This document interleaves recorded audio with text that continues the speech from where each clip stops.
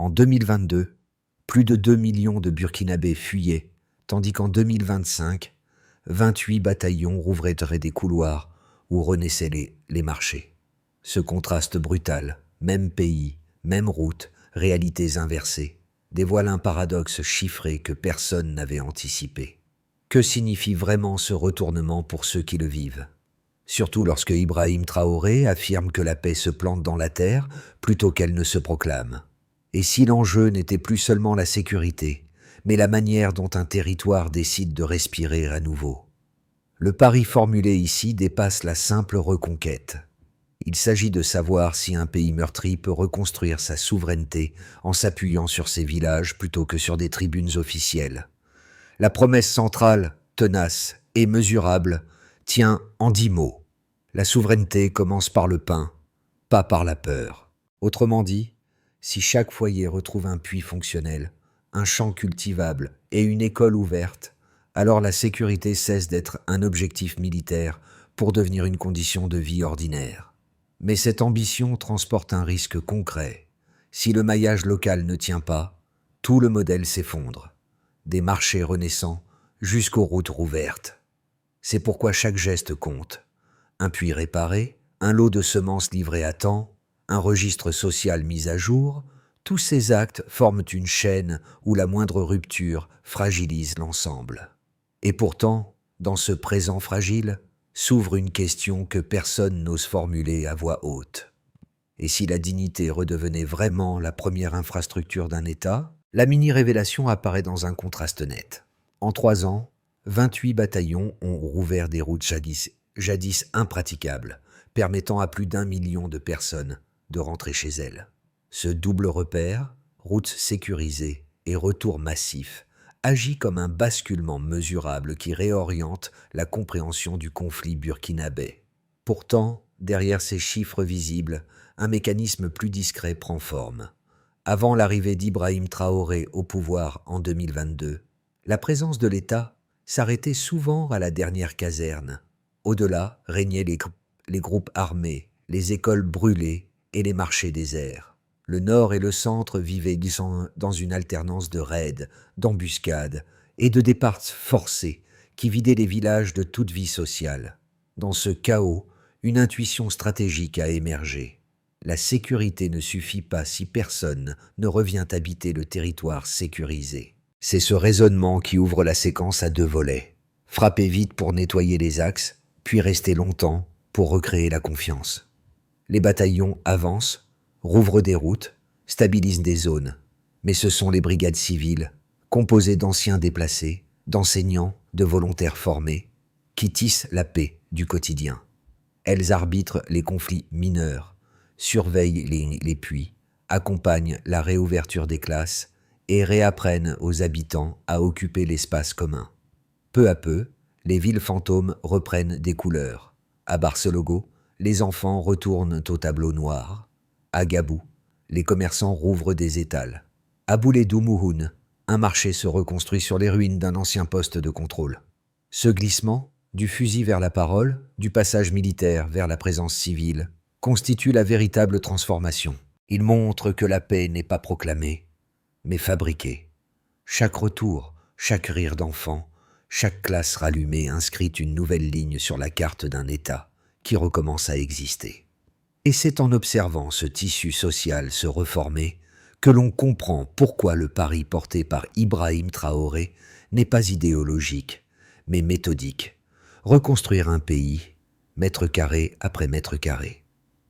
Pour saisir la logique qui structure cette reconstruction, il faut suivre ceux qui, sur le terrain, transforment des zones libérées en lieux habitables. Non pas des héros spectaculaires, mais des figures discrètes. Instituteurs revenus après l'exil, volontaires devenus médiateurs, mères de famille qui rouvrent un étal avant même que les toits ne soient réparés. Ces silhouettes, parfois anonymes, servent de boussole pour comprendre comment un territoire meurtri recommence à respirer. À Gabou, l'exemple est assez frappant. En 2023, les routes restaient minées et les classes en ruine. 6 mois plus tard, la combinaison entre une unité d'élite et une brigade locale rétablit les passages, nettoie les abords sécurise l'école. Quand les enfants reviennent, ce n'est pas la fin d'une crise, mais le début d'un rythme. Un tableau noir, un robinet, quelques chuchotements. Autant de preuves que la vie sociale se remet en marche. À Boulay-Doumourune, un ancien poste de contrôle sert désormais de socle au marché. Les femmes y vendent du mil. Les mécaniciens réparent les motos. Les jeunes discutent d'irrigation comme d'un avenir plausible, et non d'un rêve lointain. Chaque activité semble modeste, mais la somme de ces gestes produit un changement structurel. Quand les habitants restent, patrouillent, débattent, achètent, enseignent, le terrain cesse d'être une zone grise et redevient une communauté. Ces microcas montrent plus que des statistiques. Ils montrent comment un pays se reforme par une accumulation de gestes tenaces. Et dans chacun d'eux, une évidence surgit. La stabilité commence quand quelqu'un ose revenir vivre. Tout bascule en 2022. Le pays s'effondre par pans entiers, les routes se vident, les villages se dispersent, et chaque jour apporte son lot de départs. Le déclenchement n'est pas un slogan, mais une rupture nette. Lorsque Ibrahim Traoré prend les commandes, il impose une priorité unique, sèche, non négociable. Aucune graine ne pousse sans sécurité. Ce principe, d'apparence simple, devient la matrice d'un plan bifacial. D'abord stabiliser, ensuite reconstruire. La première phase s'organise en quelques semaines. 28 bataillons de réaction rapide sont déployés, non pour conquérir, mais pour rouvrir. Ils avancent bloc par bloc, un corridor sécurisé, un axe dégagé, une route déminée, un carrefour repris. Chaque pas répond à une logique de respiration. Si la route vit, le village vit. Si le village vit, la région recommence à bouger. Le point haut arrive quand les premiers retours massifs s'amorcent. Les convois humanitaires, longtemps à l'arrêt, reprennent leur circulation. Les bus scolaires, disparus depuis des années, réapparaissent sur les mêmes axes où circulaient autrefois les milices. Les marchés renaissent, timidement d'abord, puis avec un bourdonnement constant. Sacs de mil, rires d'enfants, débats sur les semis, réparation de motos. Ce moment d'expansion n'est pas seulement logistique, il est psychologique. Les habitants comprennent que la sécurisation ne se limite plus à tenir une zone, mais à la rendre vivable. Ce glissement marque le sommet de la bascule. Le fusil ouvre la route, mais la parole la maintient ouverte. Puis vient l'onde de choc. Elle ne se mesure pas aux explosions, mais à la routine qui revient. Dans certains villages, une seule patrouille mixte suffit désormais pour maintenir l'ordre. La police de proximité s'installe, parfois dans une maison abandonnée, parfois dans un préfabriqué, mais elle demeure. Stabilité rime avec présence. Écouter les plaintes, arbitrer les litiges de bornage, vérifier les puits, accompagner les réouvertures de classes. Là où le drapeau n'avait plus de sens, la confiance s'installe à nouveau, maison après maison. Mais l'onde de choc ne se limite pas à la sécurité. Elle gagne les champs. En 2024, un tournant déterminant se produit. Le gouvernement enclenche la campagne agropastorale 2023-2025. Près d'1 milliard de dollars sont mobilisés pour relancer 8 filières: riz, maïs, tubercules, viande, volaille, pêche, blé, mangue. Les puits sont restaurés, les canaux réhabilités, les semences distribuées. Les pluies tombent au moment précis où les semis sont prêts. Dans plusieurs provinces, les premiers champs reverdis deviennent la preuve matérielle d'un cycle enfin réparé. Cette synchronisation, sécurité, semis, retour des pluies, forme un enchaînement rare, presque mécanique. À mesure que les récoltes repartent, l'économie locale se réorganise. Un marché ressurgit tel un signal, puis un autre, puis encore un autre. Les familles cessent de fuir. Les zones autrefois silencieuses bruissent à nouveau. L'effet se propage comme une onde. La route libérée appelle l'eau, l'eau appelle les semences appellent les familles appellent l'administration, et l'administration appelle la stabilité. C'est dans ce maillage progressif que se lie le cœur de la stratégie voulue par Ibrahim Traoré, un continuum où chaque victoire locale soutient la suivante. Ce fil temporel, méthodique et resserré raconte une évolution simple. Sécuriser ouvre la porte, reconstruire l'entretien, produire la stabilise. Et lorsqu'un pays parvient à synchroniser ces trois gestes, même le Sahel finit par changer de rythme. Les transformations les plus profondes d'un pays ne se voient pas toujours dans les discours. Elles se lisent souvent dans des indicateurs simples, précis et surtout comparables dans le temps. Ici, 3 repères suffisent pour comprendre comment un territoire meurtri a retrouvé un axe de stabilité: les retours des déplacés, les routes sécurisées et la productivité agricole. Ces 3 mesures, prises ensemble, dessinent la charpente réelle d'un redressement. Premier indicateur, plus d'1 million de personnes sont rentrées chez elles en 2025. Ce chiffre massif montre la restauration d'un minimum de confiance. Un retour volontaire signifie que les familles jugent leur village plus sûr que le camp qui les hébergeait. Il révèle aussi une dynamique silencieuse. Chaque foyer revenu recrée une unité économique. Et derrière cette donnée se cache une logique mécanique. Un retour équivaut à un champ remis en culture, un étal rouvert, un puits surveillé. C'est ainsi que se recompose peu à peu une densité sociale indispensable pour que les administrations locales reprennent leur souffle. L'explication tient en une phrase courte. Le retour volontaire signale un territoire redevenu vivable. Deuxième indicateur, 28 bataillons ont sécurisé près de 7000 km de route. Ce volume équivaut pour le pays à relier 2 fois la capitale à la frontière malienne. Chaque kilomètre rétabli débloque une circulation commerciale qui n'existait plus. Cette mesure, souvent citée mais rarement expliquée, illustre un phénomène économique direct. Plus une route circule, plus un marché respire. Elle prouve que la sécurité n'est pas un concept militaire, mais une condition de mobilité. Et sans mobilité, aucun projet de développement ne survit. La logique ici est implacable. Une route ouverte vaut 10 réunions politiques. Troisième indicateur, la productivité agricole a bondi de 45% entre 2023 et 2025. Ce bond, il n'a rien de magique. Il est le résultat combiné d'une irrigation rétablie, de semences livrées à temps et d'un minimum de stabilité. Une hausse de cette ampleur montre que le pays ne se contente plus de survivre. Il produit à nouveau. Elle indique aussi une bascule structurelle. La souveraineté alimentaire cesse d'être un slogan et devient une équation vérifiable. Dans les villages, cette progression se lit dans un geste simple. Les champs sont labourés avant la saison des pluies, pas après. Cette synchronisation, longtemps impossible, change toute la mécanique de production. Comme le disent les agronomes, lorsque les semences arrivent à l'heure, le pays gagne une saison entière. Lorsque l'on met ces 3 chiffres bout à bout, une cohérence apparaît. Les routes rouvertes permettent les retours. Les retours relancent les champs. Les champs nourrissent les marchés. Les marchés créent des revenus. Et ces revenus stabilisent les villages. Rien n'est spectaculaire. Tout est cumulatif. Les indicateurs racontent donc une histoire plus solide que n'importe quel discours.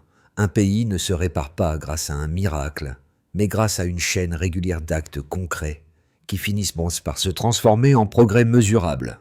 Les critiques extérieures formulent une thèse simple.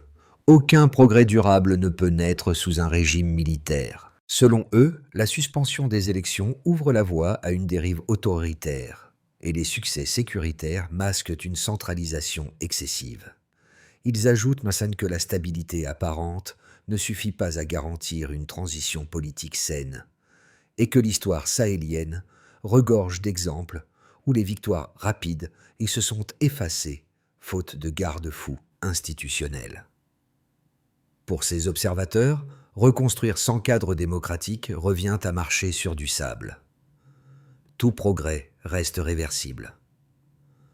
En face, un autre argument se déploie. portés par ceux qui vivent les conséquences directes du redressement. Ils ne contestent pas l'importance du pluralisme, mais rappellent une réalité plus concrète. Aucun village ne se protège par une élection, et aucune famille ne se rentre chez elle grâce à un scrutin. Ce camp avance que la légitimité se nourrit d'abord de résultats visibles. Routes rouvertes, marchés actifs, classes fonctionnelles, accès à l'eau sécurisé.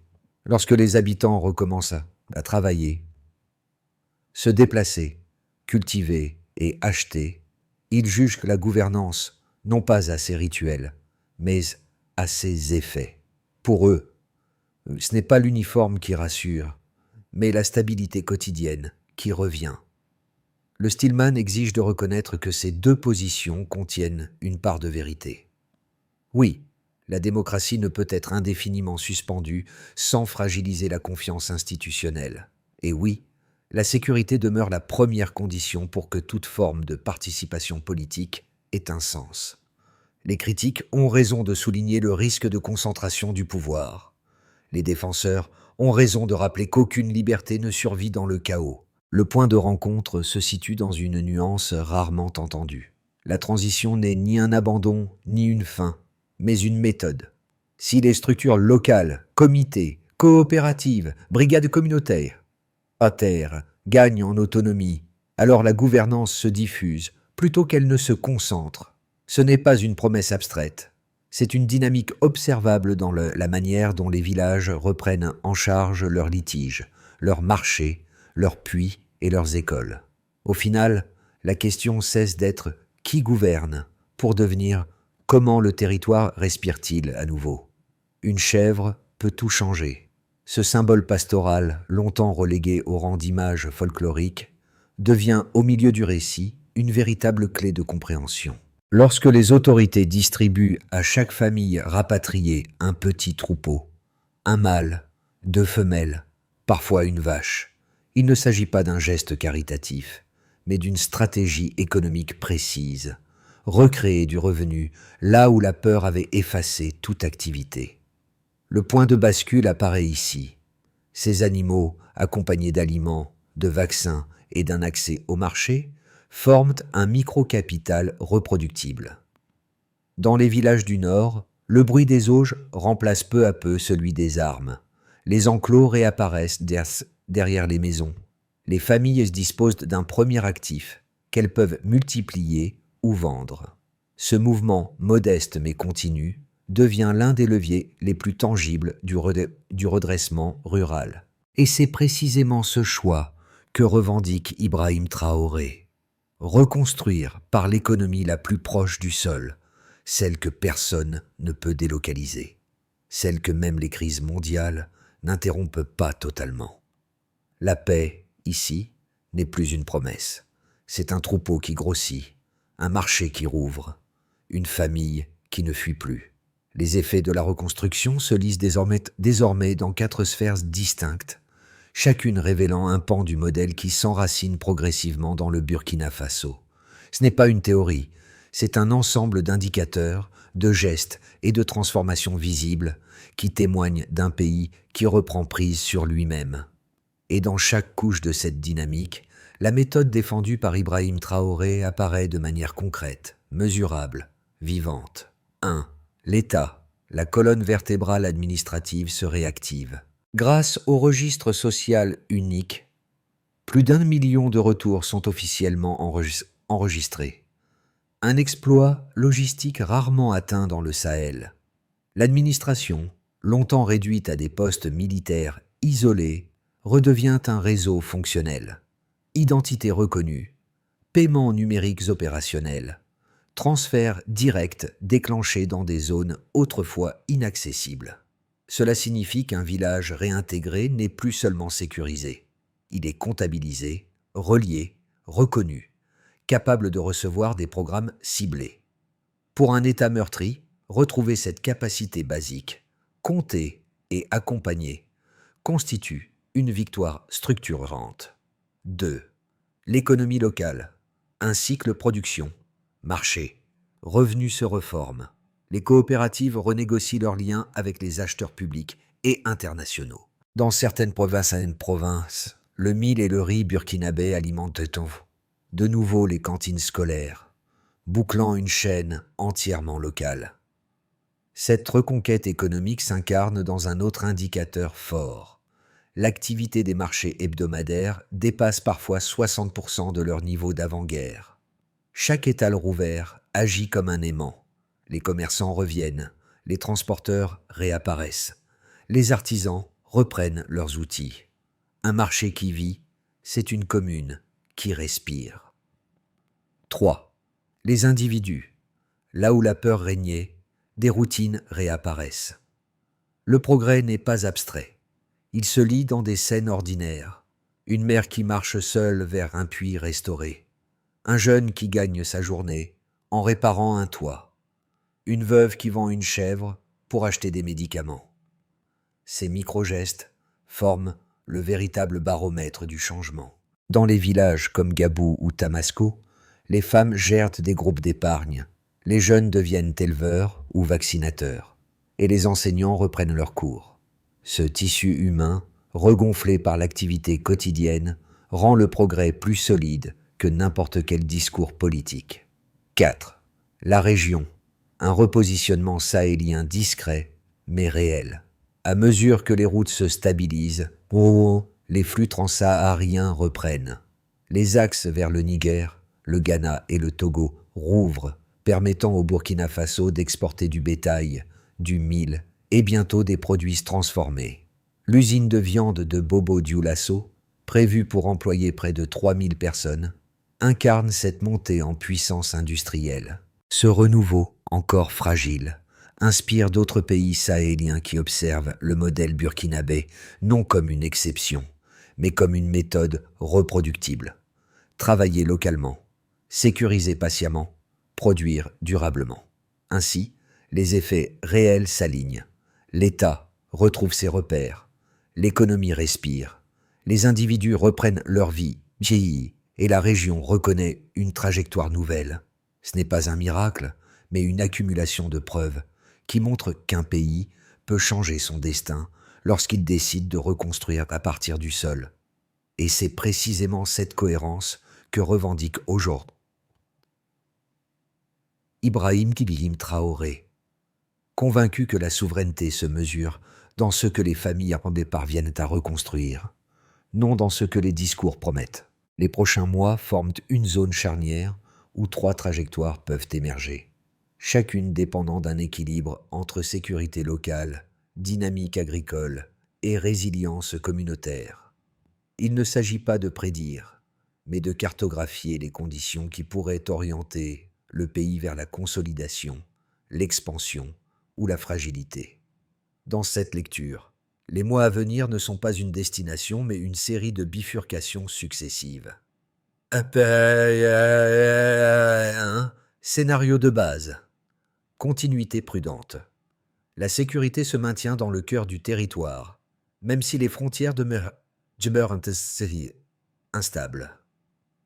Les programmes sociaux, enregistrement des ménages, transferts ciblés, fils agricoles, poursuivent leur intégration sans rupture majeure. La progression agricole s'établit à un rythme modéré, autour de 4 à 5%, suffisant pour garantir l'autonomie partielle des marchés locaux. Les coopératives deviennent des relais administratifs, reliant le local à l'État par une gouvernance pragmatique. Dans ce scénario, la stabilité repose surtout sur la routine. Routes ouvertes, marché des actifs, écoles, tenues. 2. Scénario optimiste. Expansion maîtrisée. Les pluies s'annoncent bonnes. Les récoltes surpassent les prévisions. Les filières agropastorales montant en gamme. Les infrastructures de transformation, notamment l'usine de viande de Bobo Dioulasso, tournent à plein régime, attirant des flux commerciaux régionaux. Le pays redevient exportateur net de bétail et de produits vivriers, renforçant sa position dans le commerce transsaharien. Le retour volontaire des déplacés dépasse 1,5 million, consolidant l'économie locale par une main-d'œuvre réinstallée. Cette trajectoire crée une dynamique ascendante où production, emploi et circulation se renforcent mutuellement. 3. Scénario délicat. Vulnérabilité accrue. Les tensions frontalières avec le Niger ou le Mali s'intensifient. Les routes deviennent moins sûres. Une hausse mondiale des prix agricoles renchérit les intrants, fragilisant les semis. Une sécheresse partielle compromet les récoltes. Si la production baisse de plus de 15%, l'élan actuel pourrait s'effriter. Dans cette configuration, les ménages basculent vers des stratégies de survie, et la tentation de réactiver l'aide extérieure s'amplifie, au risque d'éroder la dynamique d'autonomie qui s'était installée. Ces 3 chemins ne sont pas des fatalités, mais des conditions. La recommandation mentale est simple. Pensez en scénario, pas en certitude, et mesurez chaque mouvement non pas à son ambition, mais à sa capacité à tenir dans la durée. Dans cette histoire en mouvement, 3 miroirs permettent au spectateur de se reconnaître, même s'il vit loin du Sahel. Ce ne sont pas des leçons, mais des parallèles, des façons de comprendre ce que signifie reconstruire un quotidien après l'érosion, la peur ou la lassitude politique. Premier miroir, les bâtisseurs. Dans chaque pays, ils existent. Ceux qui réparent une boutique après une crise, qui rouvrent un atelier malgré les dettes, qui restaurent une maison que l'on croyait perdue. Leur logique est la même que celle vue dans les villages du Burkina Faso. Recommencer avant de se convaincre que c'est possible. Ce public reconnaît la force d'un détail. Un puits réparé, un commerce ranimé, une équipe locale qui décide qu'attendre n'est plus une option. Pour eux, la souveraineté n'est pas un concept, mais un geste répété. Deuxième miroir, les citoyens fatigués des promesses. Ils voient dans cette expérience un rappel utile. La politique ne vaut quelque chose que lorsqu'elle modifie le quotidien, pas lorsqu'elle accumule les slogans. Une école qui rouvre, un marché qui se remplit, un revenu qui revient, ce sont des preuves que même un territoire épuisé peut retrouver un sens. Pour ce public-là, le cas burkinabé agit comme un test. Que reste-t-il d'un État quand tout est réduit à l'essentiel ? Troisième miroir, la jeunesse. Elle observe cette trajectoire avec un mélange de scepticisme et de curiosité. Le fait qu'un redressement puisse démarrer sans faste, sans discours flamboyant, mais par une série d'actes concrets, fascine autant qu'il interroge. Cette génération, souvent en quête d'exemples crédibles plutôt que d'héroïsme théâtral, y voit un modèle inhabituel, l'action avant la narration. Ainsi, chaque spectateur peut trouver un écho dans cette reconstruction patiente. L'idée que, même dans les périodes d'usure, recommencer reste un choix possible. Toute reconstruction durable repose sur une méthode, pas sur un élan. Dans le cas du Burkina Faso, 5 étapes s'emboîtent comme une chaîne continue, chacune dépendant de la précédente. Cette logique, assumée et répétée par Ibrahim Traoré, transforme un pays meurtri en chantier structuré, où chaque avancée se mesure dans la vie quotidienne. 1. Sécuriser l'espace. La première étape est implacable. Aucune politique n'existe si la route n'est pas praticable. Les patrouilles mixtes, la stabilisation des axes et la présence civile ancrée dans les villages créent le socle minimal pour que les familles restent et travaillent. Sans sécurité de proximité, tout le reste s'effondre. 2. Identifier chaque foyer. Grâce au registre social unique, chaque ménage est recensé et relié à une base de données nationale. L'identité redevient un droit, pas une formalité. Ce passage, souvent sous-estimé, permet de cibler les aides, de suivre les retours et de reconstruire un lien administratif là où il avait disparu. 3. Restaurer les moyens de vie. Le programme d'appui aux moyens de vie apporte transfert monétaire, kit agricole ou troupeau de départ. Une veuve peut acheter un outil, un jeune relancer une boutique. Chaque geste n'est pas spectaculaire, mais il crée un effet de levier économique immédiat. C'est ici que s'incarne la promesse d'autonomie défendu par Ibrahim Traoré. 4. Assurer la santé de base. L'assurance universelle protège les ménages des dépenses catastrophiques. Ne plus vendre un animal pour acheter des médicaments devient un tournant silencieux, mais déterminant dans la stabilisation sociale. 5. Ancrer la gouvernance locale. Les comités communautaires suivent les projets, remontent les données, corrigent les erreurs.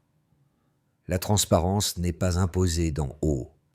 Elle se construit village après village. Cette gouvernance lente mais robuste constitue la dernière pièce de la méthode. Un État qui se reconstruit par le bas. Ainsi se dessine une feuille de route où sécurité, identité, travail, santé et gouvernance s'alignent pour transformer une survie fragmentée en système cohérent. Dans un petit village de Barcelogo, une femme porte un bébé d'un bras et tient une chèvre de l'autre. Cette scène, ordinaire en apparence, condense pourtant tout le chemin parcouru, là où les maisons avaient brûlé et où les puits étaient abandonnés. La vie revient par des gestes simples, presque fragiles. Dans l'eau tirée d'une pompe réparée, dans le bêlement d'un jeune troupeau, dans les rires d'enfants qui réapprennent à courir sans crainte, se lit le sens profond de la reconstruction. C'est cette image que reprend souvent Ibrahim Traoré, non pas pour glorifier une victoire, mais pour rappeler qu'un pays se relève d'abord par la constance de ceux qui n'abandonnent pas. La souveraineté n'y apparaît ni héroïque ni spectaculaire. Elle tient dans une main qui pompe l'eau, dans un champ retourné au bon moment, dans une communauté qui refuse de s'effacer. Ce retour à la terre n'est pas un symbole, c'est une méthode, une façon de dire que la dignité n'attend pas les discours pour exister. Les villages, autrefois silencieux, recommencent à bruire comme des ateliers ouverts, et chaque foyer revenu ajoute une pierre à un édifice collectif encore fragile, mais bien réel. Dans cette mosaïque de gestes, une certitude s'impose. La dignité se cultive, pas ne se déclare. Ce récit venu du Sahel ne s'impose pas comme un modèle, il s'offre comme une invitation. Là où tant d'histoires politiques se perdent dans le bruit des promesses, celle-ci se construit dans la poussière des villages, autour d'un puits réparé, d'un marché réanimé, d'un champ enfin prêt avant la pluie. Elle rappelle que la souveraineté n'est pas un slogan, mais une manière de vivre ensemble, de décider localement, de partager l'effort et la responsabilité. Pour ceux qui regardent de loin, cette trajectoire agit comme un miroir discret. Que faisons-nous dans nos propres espaces pour maintenir vivantes les structures qui nous protègent? Comment entretenons-nous nos liens, nos institutions de proximité, nos gestes quotidiens qui donnent sens à la communauté? Ce ne sont pas des questions morales, mais des invitations à réfléchir à la valeur du réel. Si cette histoire vous inspire, vous interroge ou vous dérange, partagez-la, discutez-en, confrontez-la à vos certitudes. La paix, comme la souveraineté, se nourrit du dialogue plus que des proclamations. Et vous, que bâtiriez-vous si l'on ne vous donnait que vos mains,